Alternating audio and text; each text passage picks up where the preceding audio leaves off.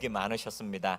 해외 선교를 위해서 이곳저곳 돌아다니시고 또 한국교회 후배 목회자들을 위해서 이렇게 많은 계획을 가지고 있었는데 코로나19로 인해서 지금 모든 것이 이제 정지되어 있지 않습니까?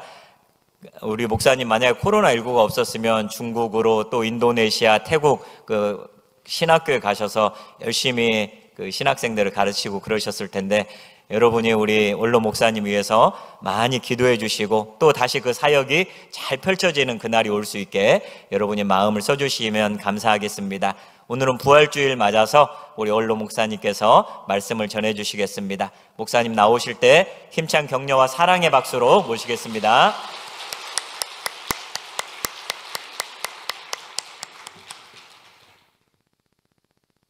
하나님의 말씀을 보겠습니다. 요한복음 20장이 되겠습니다. 요한복음 20장 신약성경으로 182면이 되겠습니다.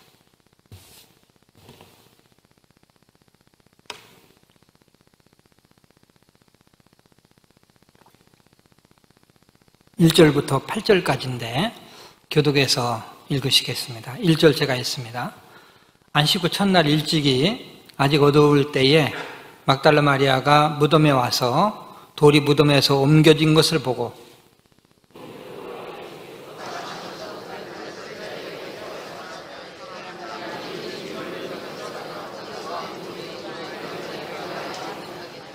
베드로와 그 다른 제자가 나가서 무덤으로 갈새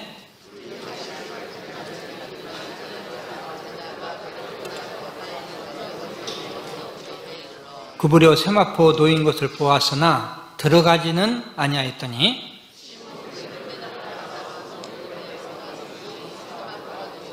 또 머리를 쌌던 수건은 세마포와 함께 놓이지 않고 딴 곳에 쌌던 대로 놓여 있더라. 그때 무덤에 먼저 갔던 그 다른 제자도 들어가 보고 믿더라. 아멘. 할렐루야. 선부 예배 참석하신 여러분들을 환영하고 또 주님의 이름으로 축복합니다. 또 계속 주일날 참석하신 분들도 있고 오늘 또 처음 2달 만에 또 참석하신 분들도 있을 것입니다. 이렇게 많이 참석하셔서 같이 예배를 드리니까 너무 감격스럽고 또 은혜스럽습니다. 우리가 목장 모임도 하고 또 성경 공부 그룹 모임 또 동호회 또 사역팀 이런 모임들을 통해서 우리가 교제를 가져야 되는데 예배 딱 한 번 드리는 것만도 또 이렇게 감격하게 감사하게 생각이 되고 여러분들 건강하게 이렇게 만나 뵙게 돼서 너무너무 반갑습니다. 혹시 오늘 영상 예배로 드리고 있는 분들 아주 넥타이 탁 차고 그리고 정식으로 이렇게 앉아가지고 예배를 딱 드리시리라 믿습니다만은 그래도 교회 와서 드려야 예배가 은혜스럽기 때문에 아직도 자리들이 많이 있고요. 또 많이 좋아졌기 때문에 가능하면 교회 나와서 예배 드릴 수 있도록 최선을 다해 주시면 대단히 감사하겠습니다. 우리 서로 인사 나누겠습니다. 만나 뵈서 너무너무 반갑습니다. 우리 중층에도 인사 좀 나누시길 바랍니다.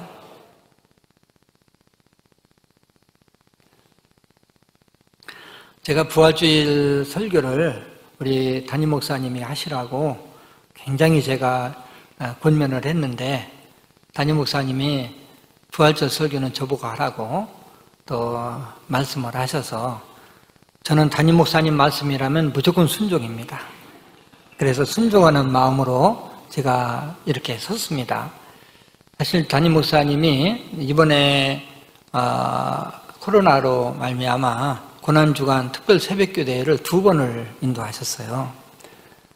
저는 이번 2차 때도 계속해서 참석하면서 말씀이 너무너무 은혜스럽고 아침에 은혜스러워서 아주 기대를 가지고 사모하는 마음으로 참석을 했습니다.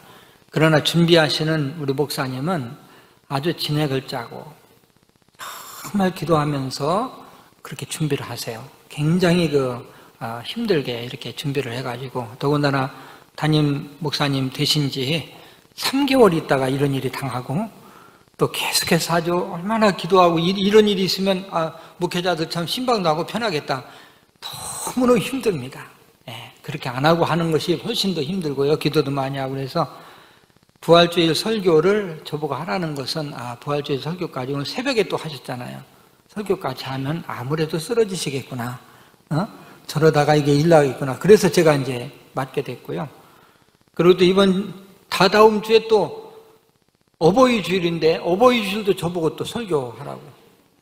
그래가지고 저는 순종 제일 잘한다고 그랬잖아요. 그래서 제가 순종하기로 그렇게 했습니다. 2020년 부활주일은 기독교 역사상 길이 남을 것 같아요. 기독교 2000년 역사에서 아마 날짜를 바꿔서 부활주일 기념으로 드린 것은 이번이 처음이 아닌가 싶어요. 대개 이제 추수감사절이나 이런 절기는 바꿔서도 하거든요. 근데 이제 부활주일만은 세계적으로 공통되게 같은 날 이렇게 지키게 됐는데 올해는 2주를 늦춰가지고 이렇게 지키게 됐습니다. 그래서 아주 의미 있는 그러한 부활주일 기념 예배가 되지 않냐 이렇게 생각합니다. 사실 부활주일은 매주마다 지키는 거예요. 여러분 주일이라는 말은요 주님의 날이라는 말입니다. 여러분 일요일이라고 하지 말고 주일이라고 해야 돼요. 주님의 날 그리고 또 주님이 부활하신 날 이게 이제 주일이에요. 그래서 우리는 주님의 부활하신 주일을 매주마다 지키는 거예요. 우리 주일을 지키기 전에는 토요일 날을 안식일로 지켰지 않습니까? 근데 안식 후 첫날 즉 주일날 우리 주님이 부활하셨기 때문에 부활하신 그날 우리가 예배를 드리고 있는 것입니다. 기독교를 가르쳐서 부활의 종교라고 그러죠. 기독교에서만 부활을 증거합니다. 여러분 다른 종교에서 혹시 부활한다고 전도한다든지 증거하는 것을 보셨습니까? 아마 보신 분이 없을 거예요. 부활 자체가 없는데 어떻게 부활을 증거하겠습니까? 한때 불교 국가에서 석가모니의 뼈가 이제 발견이 됐다고 그래가지고 매스컴에 굉장히 보도가 됐던 적이 있어요. 그러나 우리 예수님의 뼈는 절대 발견되지 않습니다. 살아나셨기 때문에. 사우디아라비아의 그 메카, 이 메카는 무슬림들의 성지로서 몇백만 명이 매년마다 찾는 그러한 순례객들이 찾는 그 성지입니다. 그럼 사우디아라비아의 메카에 왜 그렇게 무슬림들이 많이 가느냐? 거기에는 그들의 교주의 묘가 마호메트의 무덤이 거기에 있는 거예요. 아주 무덤을 엄청 웅장하게 꾸며놓고 그 무덤을 순례하는 것입니다. 근데 우리 예수님의 무덤은 비어있기 때문에 웅장하게 장식할 필요가 없어요. 저는 만약에 석가모니나 마호메트나 또 공자나 이런 사람들이 부활했다면 굉장히 혼란에 빠졌을 것 같아요. 불교가 진리일까? 기독교가 진리일까? 유교를 믿어야 되나? 기독교를 믿어야 되나? 아마 굉장히 혼란스러웠을 것 같습니다. 그러나 다른 종교의 교주들은 부활하지 못했어요. 그들의 교주에 무덤이 있고 뼈가 발견되고 이런 것을 보면은 그들의 교주는 부활하지 못하고 그냥 흙으로 돌아갔어요. 다른 종교의 교주들은 인간 이상도 이하도 아니에요. 인간의 생로병사를 피할 수 없는 우리와 똑같은 인간입니다. 우리와 똑같은 인간, 똑같은 죄인인 인간은 우리의 구원자가 될 수가 없어요. 우리의 구원자는 오직 사망 권세를 깨뜨리시고 부활하신 예수 그리스도뿐이라는 사실을 믿으시길 바랍니다. 할렐루야. 그렇기 때문에 어떤 종교를 선택할 것인가 분명하게 결정되는 거예요. 이왕에 믿는 거 죽어도 사는 종교를 믿어야지. 죽어서 영원히 죽는 종교를 왜 믿습니까? 그런 의미에서 부활을 믿고 오늘 예배에 참석한 여러분들은 정말 복 받으신 분이에요. 믿으시면 아멘. 예수 믿는다는 것이 얼마나 영광스럽고 복된 일인지 몰라요. 기독교의 다른 종교 아무리 노력하고 힘써도 결국은 죽어서 그 영혼은 음부에 떨어지고 그 육신은 흙으로 돌아가서 끝나는 거예요. 본문 말씀은 2020년 전 예수님 부활하시던 날 새벽에 일어난 사건입니다. 본 사건을 통해서 부활의 증거라는 제목으로 말씀을 나눌 때 많은 은혜와 도전이 되시기를 주님의 이름으로 축원합니다. 첫째, 예수님의 빈 무덤이 예수님 부활을 증거합니다. 2절 말씀을 같이 한번 읽겠습니다. 2절. 시몬 베드로와 예수께서 사랑하시던 그 다른 제자에게 달려가서 말하되 사람들이 주님을 무덤에서 가져다가 어디 두었는지 우리가 알지 못하겠다 하니. 아멘. 예수님께서 부활하신 날은 안식 후 첫날이었습니다. 그날 막달라 마리아가 아주 새벽 이른 시간에 무덤에 갔어요. 그건 예수님의 시신에 기름을 발라드리기 위해서 간 것입니다. 막달라 마리아는 무덤을 보고 깜짝 놀랐어요. 무덤을 막고 있던 큰 돌이 옮겨져 있는 거예요. 그리고 예수님의 시신이 없어진 것입니다. 그 당시 이스라엘 사람, 그 당시 팔레스타인의 그 무덤은요, 돌에다 이렇게 굴을 파고 거기에다 시신을 모시고 그 다음에 큰 돌로서 그 무덤 입구를 딱 막아놨습니다. 근데 그 무덤을 막은 돌은 아주 힘있는 장정들 7명 내지 8명이 밀어야만 그 돌을 옮길 수가 있어요. 그런데 그 돌이 옮겨져 있고 예수님의 시신이 없어진 거죠. 막달라 마리아는 급히 제자들이 있는 곳으로 달려가서 예수님 시신이 없어진 사실을 알립니다. 여러분 중 선지순례 다녀오신 분이 들어 있을 거예요. 여러분들도 앞으로 좀 몇 년 계획을 해서라도 성지순례를 한번 다녀오는 것이 참 좋습니다. 그 예수님의 발자취를 또 우리가 볼 수 있기 때문에 그렇습니다. 예수님의 무덤도 그 중에 하나인데 재밌는 것은 성지순례 가면 꼭 들르는 예수님의 무덤, 그 자리는 이제 캐톨릭에서 주장하는 예수님의 무덤 자리고 또 개신교에서 주장하는 예수님의 무덤 자리가 있어요. 그런데 천주교에서 주장하던 무덤이나 개신교에서 주장하는 무덤이나 공통점이 하나 있는데 무덤이 비어 있다는 것입니다. 저기가 진짜인지 여기가 진짜인지 그건 전혀 중요하지 않아요. 중요한 것은 무덤이 비어 있다는 사실입니다. 예수님의 진짜 묘가 어떤 것인지 그거 전혀 우리는 관심 가질 필요 없어요. 예수님 무덤이 비어 있다는 것이 우리에게 소망인 거죠. 예수님 부활하셨기 때문에 바로 여러분과 나도 부활할 수 있기 때문입니다. 할렐루야. 두 번째, 예수님이 입으셨던 세마포 옷이 예수님의 부활을 증거합니다. 자, 3절부터 6절까지인데 한 절씩 교독해서 있습니다. 3절 제가 읽습니다. 베드로와 그 다른 제자가 나가서 무덤으로 갈새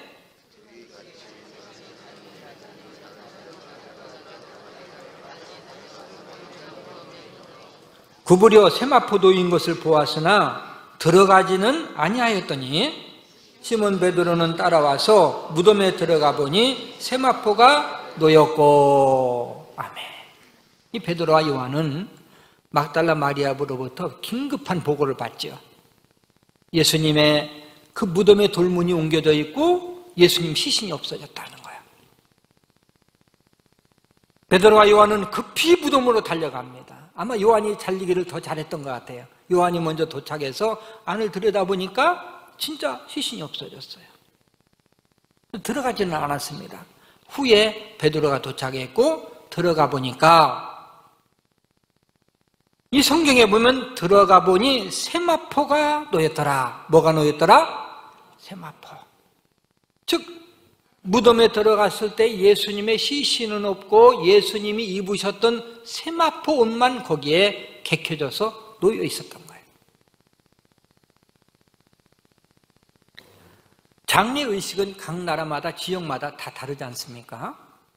매장하는 방식이나 또 시신의 옷을 입히는 방식이나 다 달라요.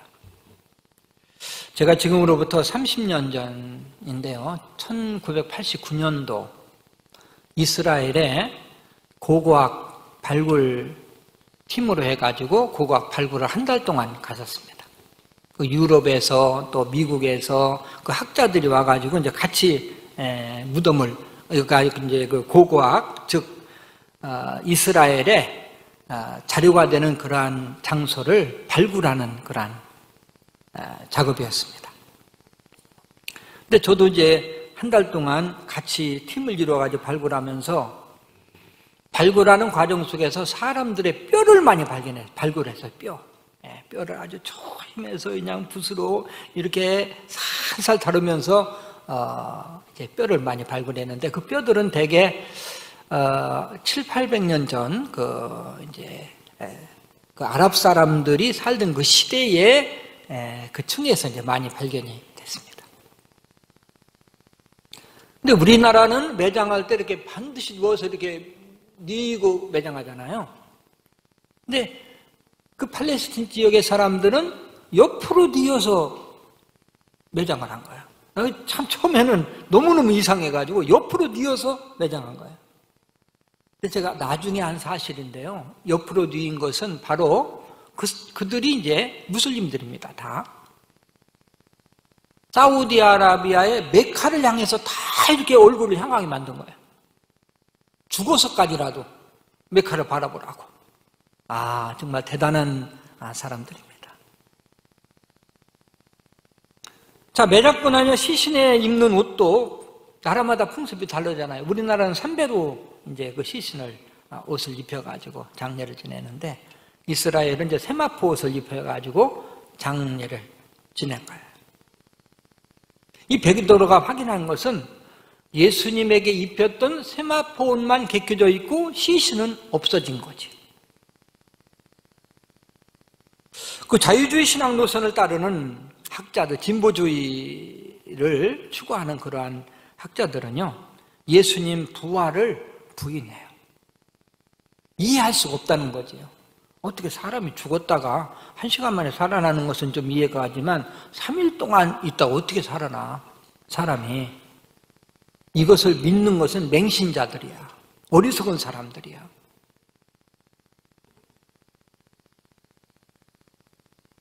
예수님 부활이야말로 조작된 사건이야. 이렇게 주장을 해요. 이 성령으로 거듭나지 못한 자들은 부활이 믿어지지를 않아요.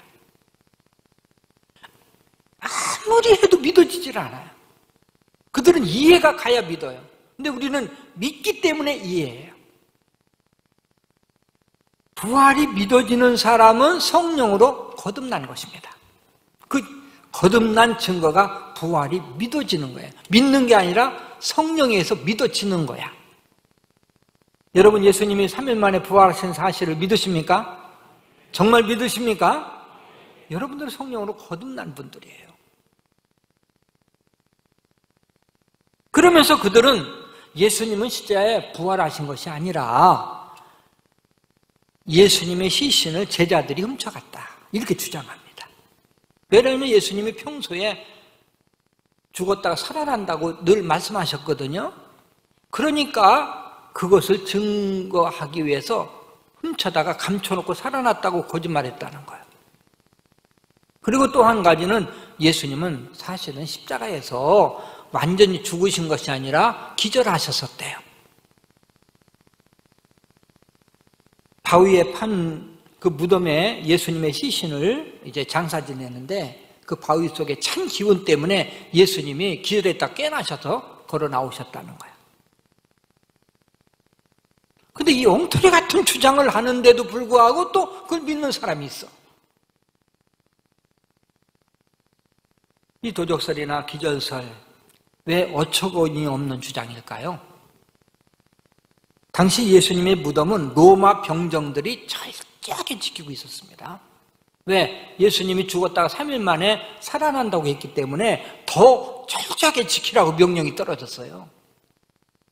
당시 예수님의 제자들은 무서워서 벌벌 떨고 있었습니다. 예수님 십자가에 죽으신 후에 다 흩어지고 또 모여있다 할지라도 문을 꽁꽁 걸어 잠그고 혹시 잡으러 올까봐. 그런 제자들이 로마 군병들이 지키고 있는 곳을 뚫고 들어가서 훔쳐온다? 절대 불가능합니다. 또 훔쳐온다 해도 왜 예수님 옷을 벗겨놓고 또 시신 훔쳐와요? 또 예수님이 만약에 기절했다가 살아나셨다라고 해도 왜 옷을 벗어놓고 나오십니까? 그리고 기절했다 깨난 사람이 장정 7, 8명이 되돌아야 열 수 있는 돌문을 어떻게 열고 나오시고 나온다 해도 또 로마 군병들이 지키고 있고 이것은 절대 불가능한 것입니다. 무덤 안에 예수님 시신이었고 세마포 옷만 놓여 있었다. 이것은 분명 예수님의 부활은 확실하다. 이것을 증거하고 있다는 사실을 믿으시길 바랍니다.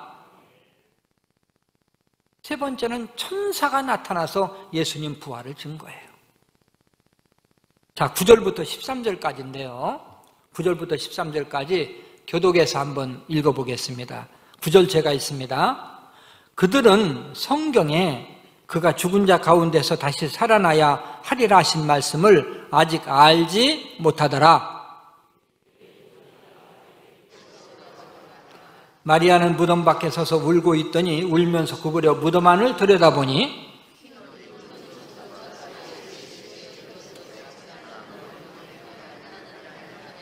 같이 천사들이 이르되 여자여 어찌하여 우느냐 이르되 사람들이 내 주님을 옮겨다가 어디 두었는지 내가 알지 못함이니이다. 아멘.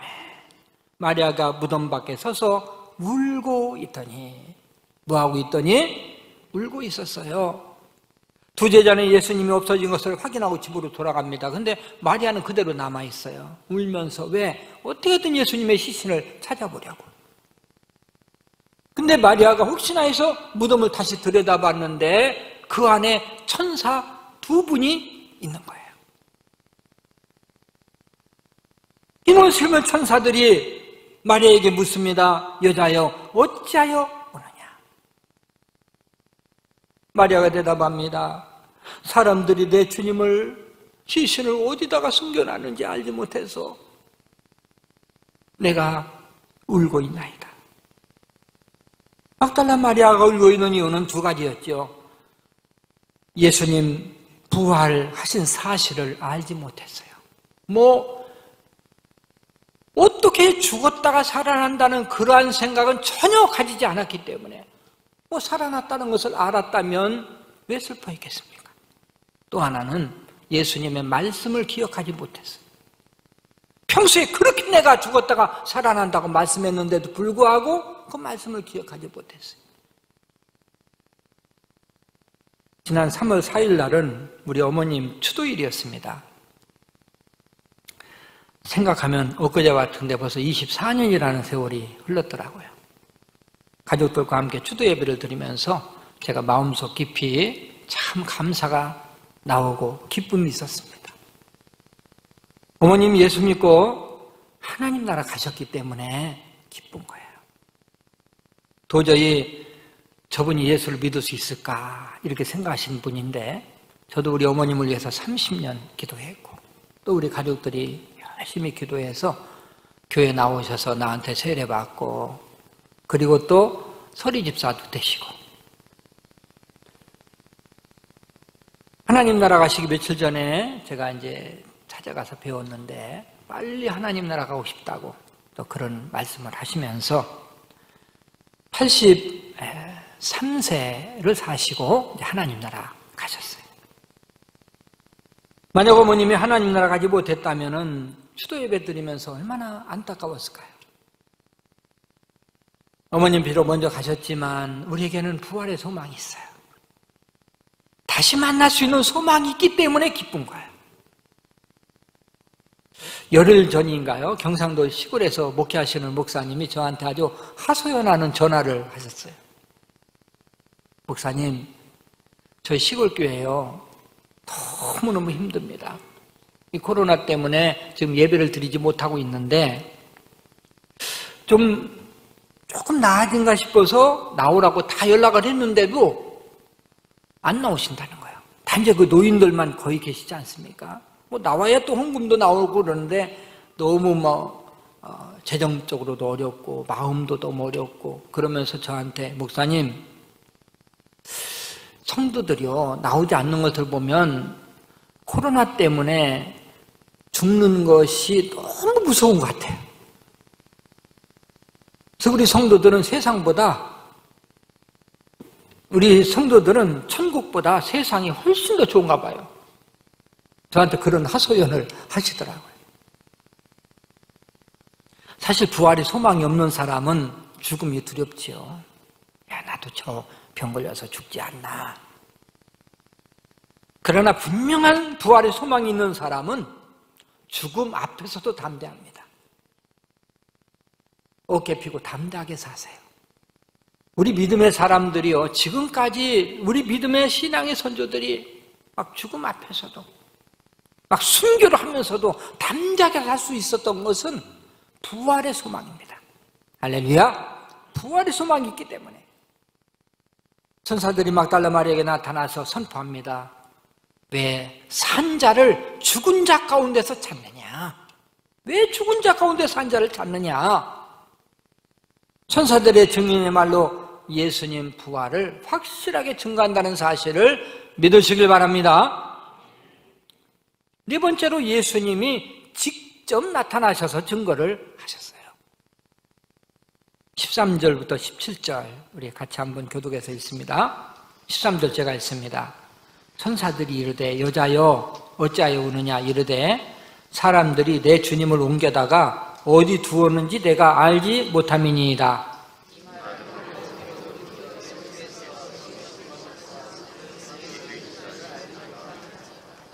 예수께서 이르시되 여자여 어찌하여 울며 누구를 찾느냐 하시니 마리아는 그가 동산지기인 줄 알고 이르되 주여 당신이 옮겼거든 어디 두었는지 내게 이르소서 그리하면 내가 가져가리이다.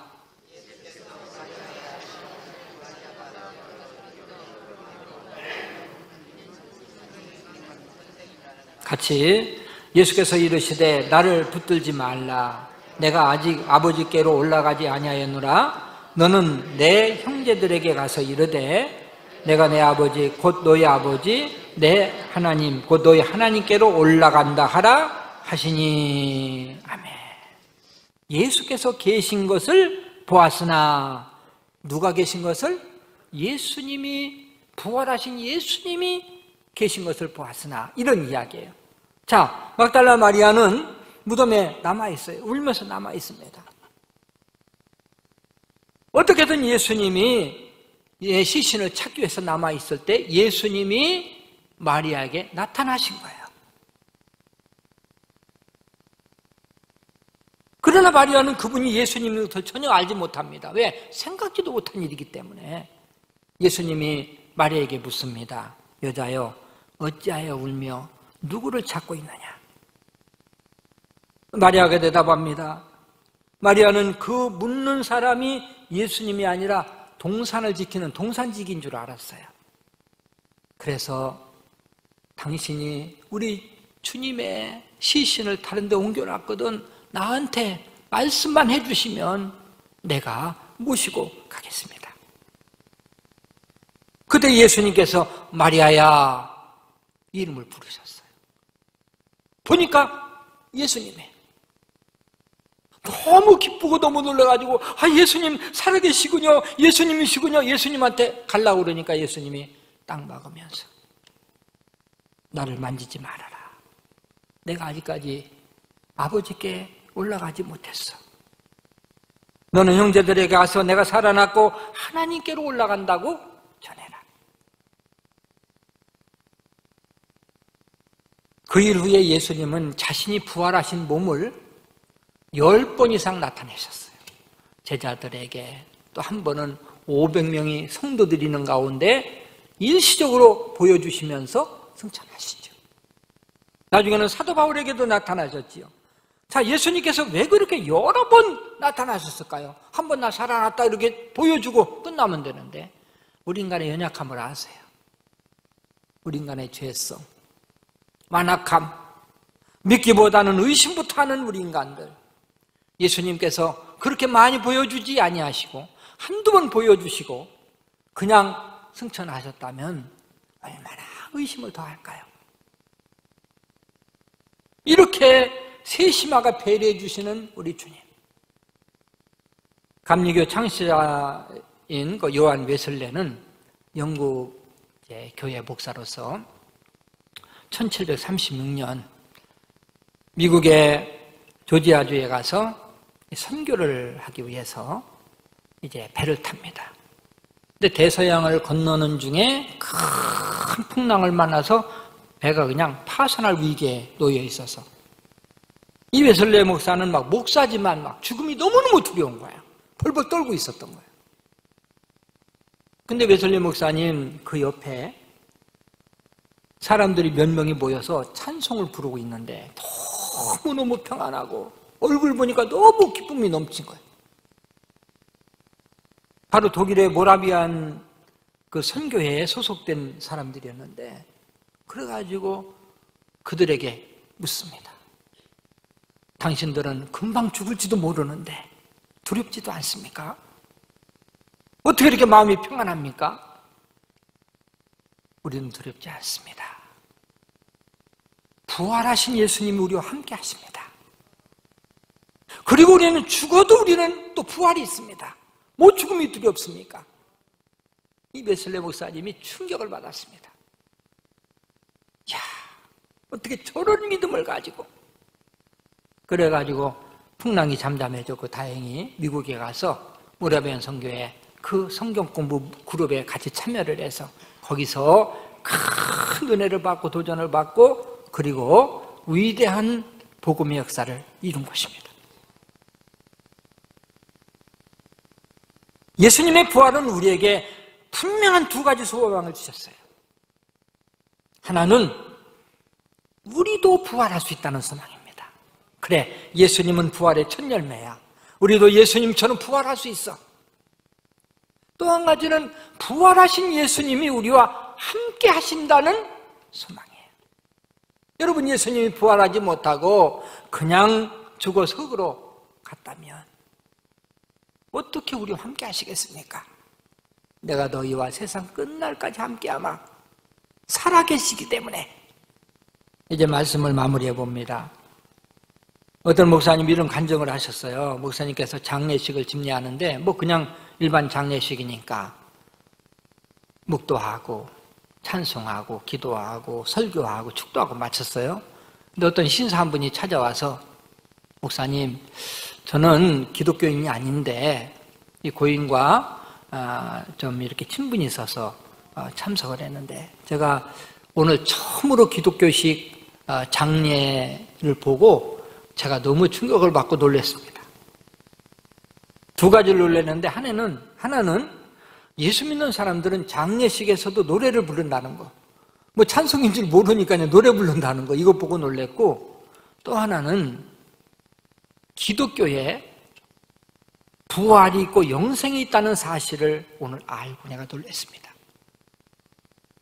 근데 설교하시는 목사님도 부활과 영생에 대해서 그렇게 강조하시면서 확실히 믿고 있었고, 또 설교를 듣는 성도들도 너무 그것을 확실히 믿고 있는 것을 내가 느꼈습니다. 예수님이 말씀하셨어요. 선생님이 잘 보셨다고. 부활과 영생은 우리 기독교의 핵심이라고. 우리 기독교의 핵심이 바로 부활과 영생이라고.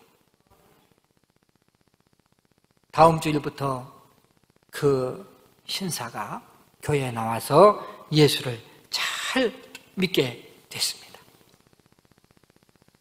제가 장례식 학원 예배 때마다 빼놓지 않고 증거하는 말씀이 있어요. 인간에게 부활이 없다면 인간은 모든 만물 중에서 가장 불쌍한 자다. 이 성경에도 나와 있지 않습니까? 인간처럼 세상에서 고통당하며 사는 존재가 어디 있어요? 우리가 계속 전쟁입니다. 지금도 코로나하고 전쟁하고 있잖아요.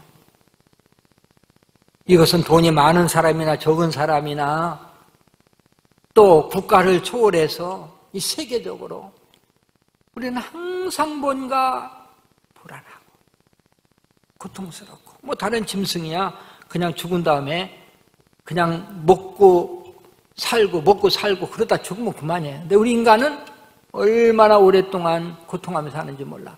이렇게 살다가 우리 인간이 끝난다면, 그냥 죽음으로 끝난다면 그냥 일찍 끝나는 게 좋아. 그러나 우리 인간은 만물의 영장이야. 하나님의 형상이야. 우리 인간에는 영혼이 있어요. 다른 동물에는 영혼이 없습니다. 그러나 인간에게는 영혼이 있어요. 그래서 우리가 죽으면 육신에 있던 영혼이 떠나서 예수를 믿는 영혼은 낙원에, 믿지 않는 영혼은 음부에. 그리고 예수님 재림하실 때 그곳에서 나온 영혼들이 우리 육신과 만나는데, 이 만나는 것을 가르쳐서 부활이라고 하죠. 우리는 분명히 생명의 부활에 참여하기 때문에 예수를 믿는 사람은 복받은 사람이요 승리한 사람이라는 사실을 믿으시길 바랍니다. 많은 사람들이 부활을 의심해요. 아무리 생각해도 죽었다 살아난 거 이거 어떻게 믿어? 믿음이 없다는 것은 조금 전에도 이야기했지만 거듭나지 못한 사람. 거듭난 우리는 너무 부활이 자연스럽게 믿어져요. 근데 하나님이 얼마나 세밀하신 분인지 전에도 말씀드리고 또 장례식 때도 말씀을 드리는 내용입니다만은 우리에게 부활을 깨달으라고, 평범한 진리를 통해서라도 깨달으라고 하나님이 교훈을 주시는 거예요. 하나님 인간은 매일 부활 연습한다는 것입니다. 저녁에 죽었다가 아침에 부활하는 거예요. 여러분, 죽음을 잠자는 것에 비유하지 않습니까? 성경에 보면 잠자는 자들이 일어나시듯이, 즉 저녁에 죽었다가 아침마다 부활해. 이제 부활 연습을 하는 거야. 그리고 또 하나는 만물은 겨울에 죽었다가 봄에 부활해. 겨울에는 모든 만물이 죽은 것처럼 보여요. 뭐 나무, 저런 나무에서 어떻게 새싹이 나와? 앙상한 가지인데도 거기서 새싹이 나오고 꽃이 피고 그 얼었던 그 땅에서 그 생명이 솟아올라. 이것이 부활이에요. 저는 그동안 계속 이제 설교만 하고 막 준비하고 참 눈, 코, 뜰 사이 없이 살아왔어요. 저는 눈이 적어서 뭐 뜨는 시간도 오래 안 걸리는데 뜰 시간도 없이 이렇게 살아왔어요. 근데 요즘 이제 제가 원로 목사가 되다 보니까 시간이 좀 나고, 더군다나 뭐 외국 가는 거 뭐 모든 그 사역들이 다 중단되다 보니까 요즘 시간이 좀 나가지고 얼마나 행복한지 몰라요. 막 담임 목사님한테 은혜서는 말씀 듣지, 또 부목사님 말씀 듣지, 시간이 있어가지고 우리 집사람하고 요즘 아주 데이트를 얼마나 잘하는지 몰라요. 산책을 많이 합니다.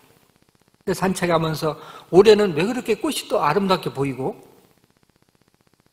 그 새싹이 나는 거, 거기서 꽃이 피는 거, 꽃이 또 진다면 또 다른 꽃이 또 피고, 또 지면 또 다른 꽃이 피고, 이야, 거기에서 하나님의 그 세밀한 손길, 세밀한 사랑을 느끼는 거야. 하나님 우리 인간들을 위해서 이렇게 아름다운 대자연을 우리에게 주시고 너무너무 감사한 거야. 모든 만물을 본다 할지라도 부활은 분명한 것입니다. 이런 부활을 내 교훈을 주시기 위해서 이런 자연 은총까지 우리에게 주신 하나님. 오늘은 예수님 부활을 기념하는 기념주일입니다. 부활의 믿음으로 승리하고 복받는 여러분 되시기를 주님의 이름으로 축원합니다. 기도하겠습니다. 자비하신 하나님, 저희들을 사랑해 주심을 감사합니다. 예수님이 이 세상에 오셔서 십자가 지시고 3일 만에 부활하심으로 우리에게 부활의 소망이 되신 것을 감사합니다.